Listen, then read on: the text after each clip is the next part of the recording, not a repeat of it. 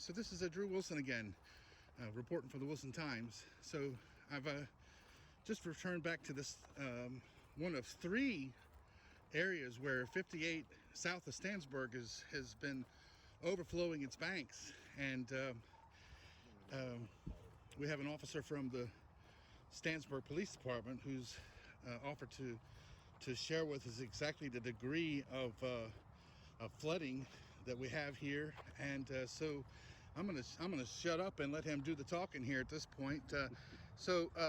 Just tell everybody what your full name is. Officer Jose Rivera. And you're an officer with the Stantonsburg Police Department, correct. And so we were just speaking about with your chief about the fact that Stantonsburg at the moment is like an island. Pretty much. We're three quarters of the way there.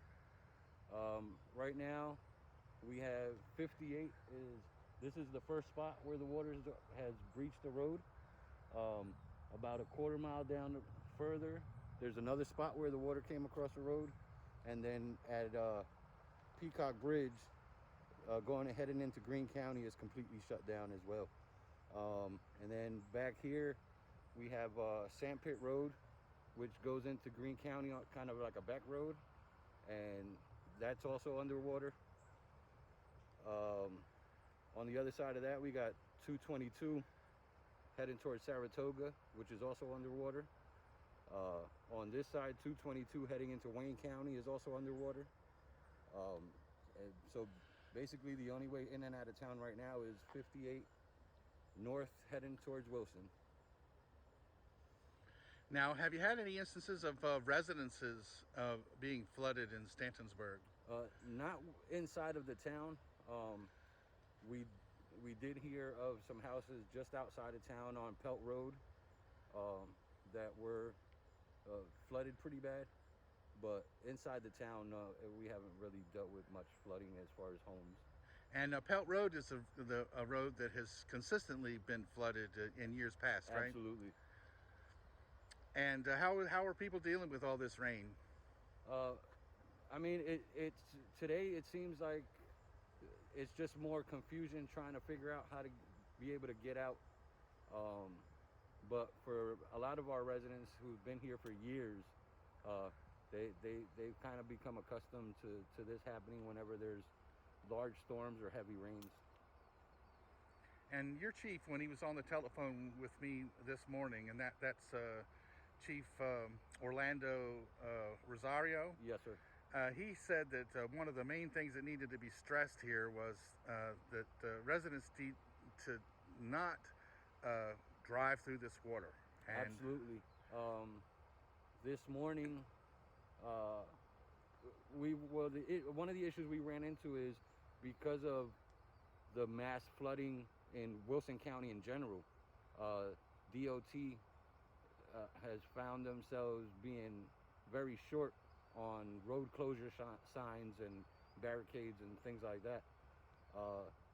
And this morning, Sandpit Road did not have a sign up yet, and someone attempted to cross down Sandpit Road, and their vehicle was actually washed off of the road into a ditch. The gentleman was able to get out of the vehicle, but I mean, it's a bad day when your car gets washed off the road and now it's completely totaled because of water damage. And so that person was not injured, but he was not. But it doesn't always end up that way. Correct. In fact, talk about how difficult it is to see water on the road, standing water on the roadways if you're out at night. It becomes almost impossible to see, especially on roads like ours that are very poorly lit. And if you're not paying attention, I mean, you can be in the middle of something like this, and you won't realize it until you hear the water splashing up.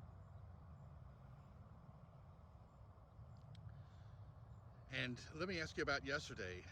Has the water come up everywhere since yesterday, or has it been going down? It actually has been consistently coming up. We really didn't have any issues with our roads yesterday. The issues with our roads here in town started late last night, early this morning. Myself coming into work this morning, I came down 58, and there was no water on the roads whatsoever at 6:30 this morning. And I believe it was by 9 o'clock this morning, the water had breached on 3 different spots on NC 58, causing it to be shut down. So it's still a very active event down here. Absolutely. And from what I'm hearing, this is just now starting to rise, so this is just the beginning. All right, well, I just want to thank you for stopping and speaking with me and to the people in Wilson County. And I appreciate your time, Officer Rivera. Yes, sir.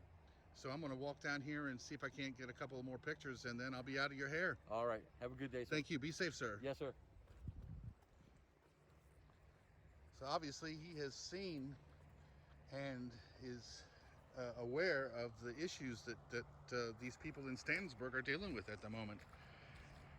And so I'm just going to walk down here just a short ways, and I think there are probably maybe 2 or 3, 4 inches of water on this particular section of roadway. Now, we were at a section of road on 222 that looked like it was considerably deeper. We're talking feet here, something you would definitely not want to ride through. But here this water is coming from this field over here, and that is a road that leads into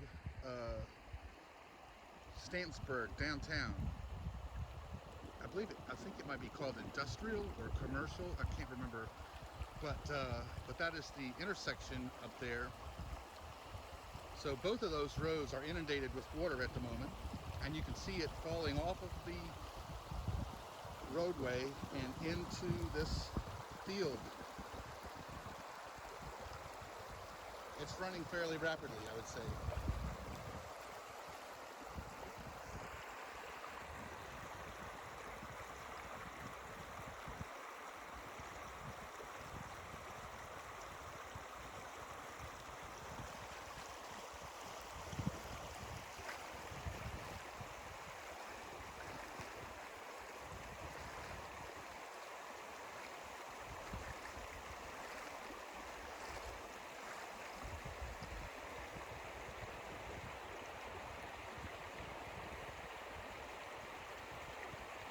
All right, folks, I'm going to wrap this up. It's Drew Wilson from the Wilson Times, coming down here to Stantonsburg to bring you a little slice of what's going on. Y'all be safe.